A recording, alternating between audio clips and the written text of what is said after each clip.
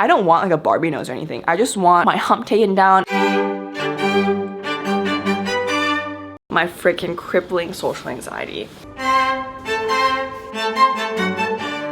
Bent over on the toilet, just like praying.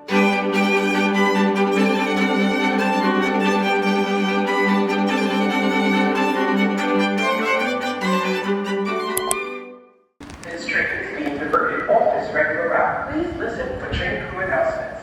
Comparison is a thief of joy. That is the quote everyone uses when they talk about this topic, but that is honestly barely scratching the surface. Lock the fuck in, guys, because we got a lot to talk about in this video. It's fashion week, and to kick off one of my least favorite weeks of the year, I decided to get a little haircut. I went to this place called For My Hair, and I wanted to just touch up my color and get a little trim. I'm still trying to grow out my hair, so I wanted something subtle. So I just got back from my haircut, and okay, I love the color. The color is exactly what I was going for. I don't know if you can tell on camera, but it's like this really natural brown color with some dimension. But it's just the haircut and the way it's styled. First of all, she asked if I wanted bangs. Excuse me, ma'am. This is why you say no to bangs every single fucking time. I cut my own bangs like 2 years ago. This is what it looks like. I'm having horrific flashbacks, and now I deeply regret just saying yes. The minute she took out the scissors, cut it, internally I was screaming because I just knew it was gonna be too short.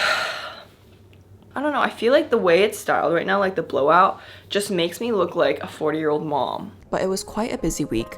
I had a lot of fittings to go to. I was attending my first runway show. Schutz invited me to pick out some shoes to wear. Hotline had me over to pick out some more outfits. Like, it should have been a really fun, really productive week. But every day I just felt this weight on my shoulders that I just couldn't shake off. I think I'm actually 2 seconds away from crashing out. Hi guys, it is the next day. This morning I woke up with literally like such intense stomach pain. I don't know if it was just like my cramps, but I was literally like, it was like that type of pain where you're bent over on the toilet, just like praying, honestly. Basically today is Thursday, and this is when like fashion week really starts to get more fast paced. I don't know, I kind of woke up just kind of sad today because I feel like fashion week, like there's just so much comparison. At least like that's why like for me, like I never really look forward to fashion week because I just like feel shitty about myself. It's like the week where I just feel shitty about myself because you're constantly just like comparing yourself. Like, why was I invited to this show? Like, ugh, I don't know. It's such like a dumb first world problem. But at the end of the day, it's like my career, right? So I obviously care about it. And this is like definitely one of the more unglamorous parts of fashion week. Just like this like self-criticism and just feeling shitty about yourself. Like, not only did I have to go through a world of pain with my fucking stomach this morning, but like, yeah, anyways, we're gonna pick ourselves up today because we actually have to do some shit. There's this quote I really like from this novel: extremely loud and incredibly close. Sometimes I can hear my bones straining under the weight of all the lives I'm not living. I thought after college I would be done getting caught up in the comparison game. I would be done playing the game of what ifs. You know, when I look back at my life, I can definitely name a few notable moments when I really got caught up in comparing myself. First, obviously, during college apps. Second is during high school when I never got a homecoming date. And third is during college, feeling like everyone had more friends than me. And, you know, I thought that it was my environment that was the problem. That once I left Michigan, once I left college, I wouldn't be affected by what anyone else was doing. But the thing about comparison is that it doesn't just exist in certain environments. It follows you. It's not just about high school or college or the specific people around you. It's a mindset, a habit, a way of seeing the world that creeps in no matter where you go. The game never really ends, it just evolves. It goes from college acceptances to career milestones, from homecoming dates to relationship timelines, from wondering who has the most friends to who seems to have it all figured out. Comparison is truly a prison you lock yourself in. So I guess that's why I was just feeling shitty this whole week. Like, even though I was doing a lot already, I felt like I should be doing more, going to more shows, getting invited to more events. I was so focused on the life that I felt like I should be living instead of the one that was actually unfolding in front of me. My own wins and successes got lost in the noise of other people's highlight reels. Okay, it is 4:46 and we have an appointment at 5 at Hotline. They're like this rental agency for designer brands, and they reached out to me to let me borrow some pieces for New York Fashion Week. I literally borrowed my dream birthday dress from them, so I hold them very near and dear to my heart. Also, I made broccoli again, some balsamic glazed broccoli earlier. Guys, broccoli like in the oven, literally so bust. I'm sad to be leaving my apartment right now because this next 15 minutes is when my apartment is just so pretty. Let me show you. The light hits it so perfectly. The sun is setting. Okay, we're just puffering it up today. Ready to go. Bye guys. That's the thing about comparison. It distorts reality. It takes the joy out of experiences that should have been exciting, turns gratitude into greed, progress into pressure. Instead of celebrating how far I've come, I was too busy obsessing over how much further I thought I had to go. But the antidote to comparison isn't more achievement, it's presence. It's actually living in the moment instead of measuring it. It's reminding yourself that the version of you from a year ago, 5 years ago, would be so proud of where you are now. It's choosing to see your life as enough, even when it doesn't feel like it. Because, you know, the truth is, no one gets to live every life. You don't get to be everything, everywhere, all at once. You only get to be you. And the more time you spend mourning the lives that you're not living, the less time you have to actually build the one that's right in front of you. So, I feel like the real challenge isn't in trying to measure up to some impossible standard. It's in learning to stand still, to embrace the life that you are living, and to trust that that is enough. Today's a busy day, guys. We are going to visit the New York Times, and I am so excited.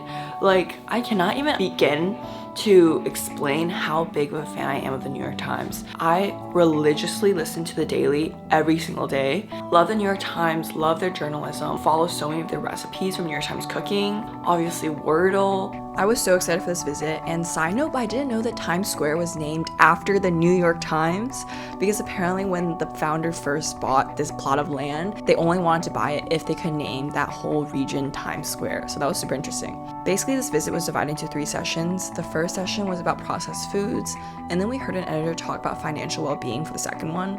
And for the last session, we got to see where the New York Times Cooking films all their videos, and the icon herself, Melissa Clark, cooked some dishes for us. If you don't stalk the New York Times Cooking website, like basically she just has a lot of recipes on there. But it was a really fun experience overall, and I'm really grateful I got a chance to go. Right afterwards, I had my first runway show. I was literally hauling ass because I had to get home, get changed, and then get to the fashion show all within an hour. I can't post a lot of the fashion show because there were just a lot of like sheer tops and nipples out, but it was just so cool to be in that environment. The paparazzi felt really overwhelming, and I definitely felt a lot of imposter syndrome there, but this is honestly just something I've always wanted to do. So I just got back from my first fashion show with Bronx and Banco. It was actually really cool. The fashion show was actually shorter than I thought it would be. It was only probably like 20 minutes. She had the most beautiful gowns, designs. Like clearly the dress I'm wearing is indicative of what their dresses are like. It was just such a cool experience, and I'm so grateful to have been there. So basically, like, I was super nervous getting out of the car because there's just like a line of paparazzi waiting to take photos. This is the reality of Fashion Week, guys. The glitz and the glamour, and then we're right back home. Okay, it's around like an hour later, and I literally just like scarfed down so much food.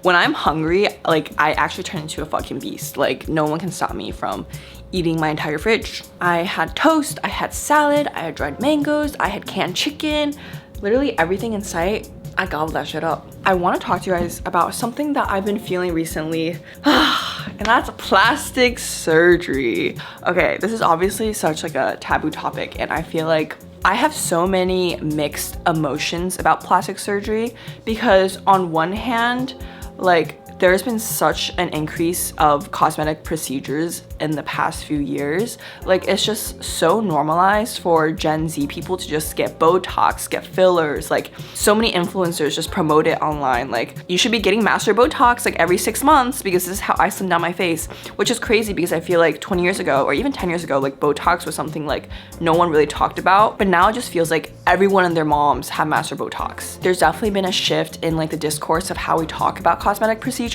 and people are so much more open about it. And on one hand, I think that's amazing, you know, promoting transparency, blah, blah, blah. But I think on the other hand, it also encourages so many young girls to get these procedures. Like, I was literally influenced to get these procedures because I just saw everyone else doing them. So that's like one side of my brain, right? The other side of my brain obviously thinks that like anyone should be able to do whatever the fuck they want with their body. Like, no one should feel judged by it. It's none of my business. Over the past few years, I've just been really insecure about my nose.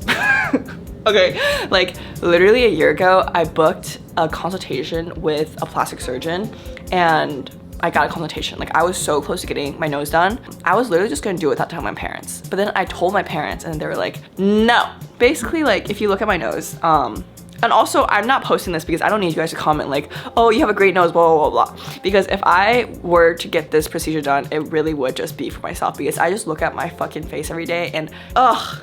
Anyways, but basically like my nose curves down, like especially when I smile, it like, you know, expands and it just doesn't have that like swoosh, right? I don't want like a Barbie nose or anything. I just want my hump taken down and like some deep projection on the tip and make the tip smaller. In China, there's this thing called Chinese face reading. Like how your face looks is supposed to tell a lot about your fortune. So having my nose or having like a bigger nose where you can't see the nostrils is supposed to symbolize like wealth. You know, like you're supposed to make a lot of fucking money. My parents, obviously for other reasons, but they were like, oh, you know, if you like cut off your nose, you're cutting off your wealth. I low-key kind of took that to heart. So I was like, damn, I really, you know, I don't want to jinx myself here. So maybe I should just keep my nose for a little bit.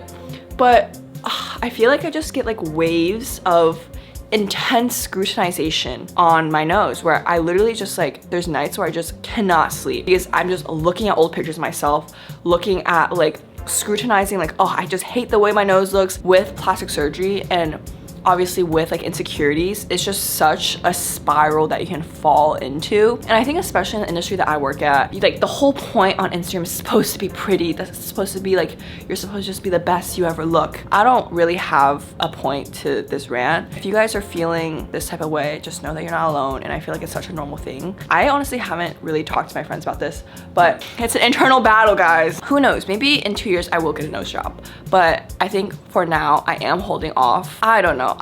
It's such a complicated topic. Like I don't want to obviously promote unrealistic beauty standards, but I just also hate my nose. Okay, I need to get ready. Bye guys. Okay guys, fashion week has been insane. I'm so tired, but it is Friday. This is the final outfit of the week. This dress is so gorgeous. I literally feel like I'm wearing a piece of art. But the thing is, I feel like my hair is so massive. Like I was going for like a really big bombshell blowout look, but I feel like it just looks messy. Whatever, I'm late for dinner, so we gotta go get dinner and then head straight to the event. Ooh la la. After the chaos of the week was over, I took a ski trip with my friends to Hunter Mountain. I started snowboarding just last season and it's something I absolutely love.